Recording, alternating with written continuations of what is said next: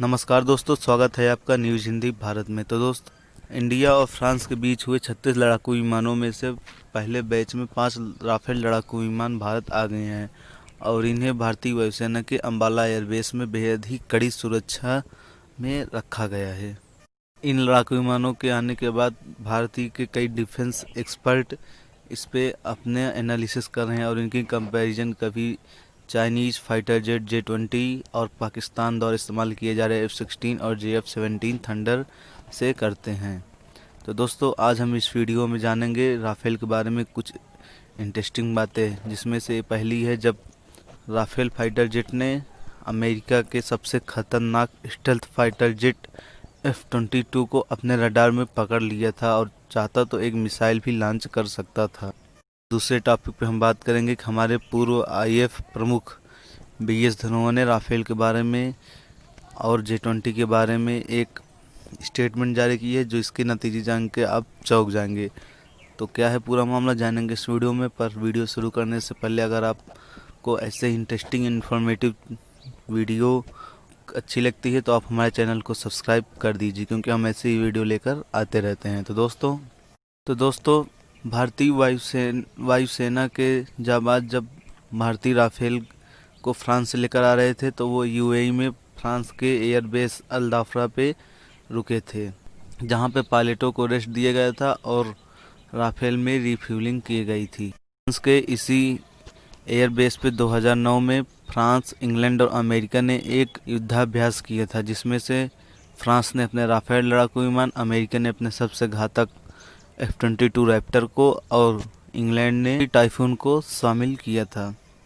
इसमें से ये एक समय आया था जब राफेल ने स्टेल्थ फाइटर जेट F-22 को अपने रडार पे पकड़ लिया था और एक मिसाइल भी लॉन्च कर सकता था, लेकिन यह ट्रेनिंग सेशन होने के नाते राफेल ने ऐसा नहीं किया और फ्रांस ने एक स्टेटमेंट जारी करके बताया कि अगर यह एक युद्ध होता तो राफेल मिसाइल F-22 पर छोड़ सकता था। दोस्तों, आप समझ सकते हैं राफेल जेट की ताकत। और चाइना के जो J-20 स्टेल्थ फाइटर जेट है, उसे अमेरिका क्लेम करता है कि चाइना ने अमेरिका के F-22 को कॉपी करके बनाया है। तो आप समझ सकते हैं कि राफेल J-20 को कितनी आसानी से अपने रडार में कैच कर सकता है। और इसी स्टेटमेंट पे हमारे पूर्व IAF चीफ धनोआ ने भी यही बात किया। उन्होंने कहा है कि चाइना का J-20 लड़ाकू विमान राफेल के पास भी नहीं आ सकता है और उन्होंने इसका एक वैलिड रीज़न भी दिया है। उन्होंने बताया कि जब पाकिस्तान के लड़ाकू विमान भारत पे बम वर्षा करने आ रहे थे तो उन्होंने F-16 को आगे किया था और बम गिराने के लिए मिराज फाइटर जेट का इस्तेमाल किए थे, यानी कि और JF-17 थंडर को उन्होंने पीछे किया था।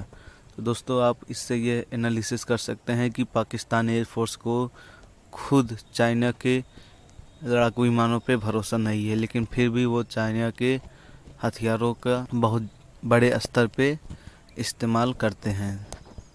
हालांकि दोस्तों, पाकिस्तान के खिलाफ हमारे पास पहले से ही बहुत सारे हथियार थे, लेकिन भारत अब अपने सभी डिफेंस से डील चीन को ध्यान में रखकर कर रहा है, फिर चाहे वो राफेल हो या फिर अपाचे हेलीकॉप्टर और चिनूक ही क्यों ना हो।